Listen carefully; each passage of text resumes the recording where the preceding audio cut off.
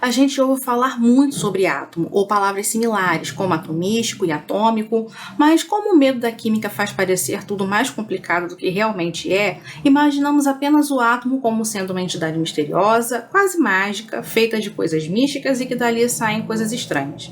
Uma definição sem nenhum pé nem cabeça, mas é bem por aí se tratando do imaginário coletivo.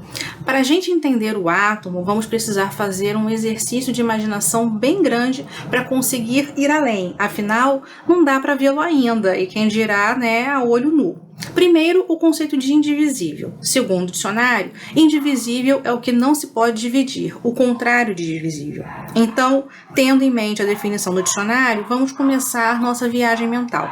Se eu, em um dia ocioso, resolver fazer um bolo, eu simplesmente me permito o prazer de comer, nem que seja pelo menos uma fatia dele quentinho saído do forno. Dependendo da vontade de quem vai comer ou da quantidade de pessoas que comerão o bolo, ele será dividido até ser inteiramente consumido. E aí o bolo acabou.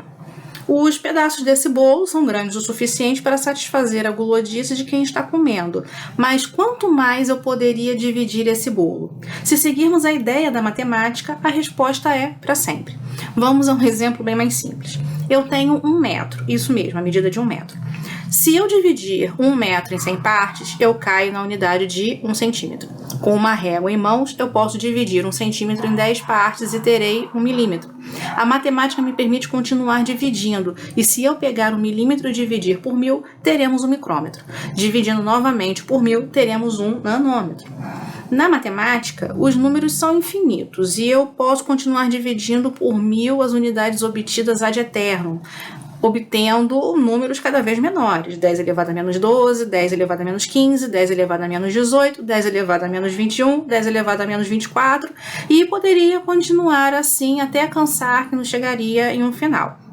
Só que é aí que entra o limite que precisamos dar entre o que é material e o que é subjetivo. Assim como o bolo que comemos, e mesmo podendo ser dividido em inúmeras fatias, ainda assim ele chegou ao seu limite e foi todo consumido.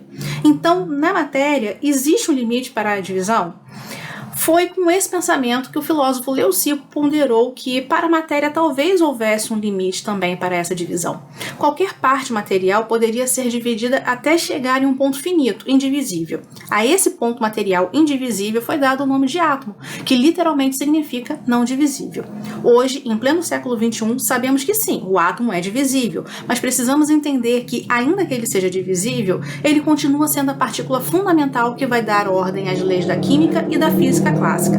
Sobre os modelos atômicos, isso fica para um outro momento. Muito obrigada por acompanhar até aqui e até o próximo.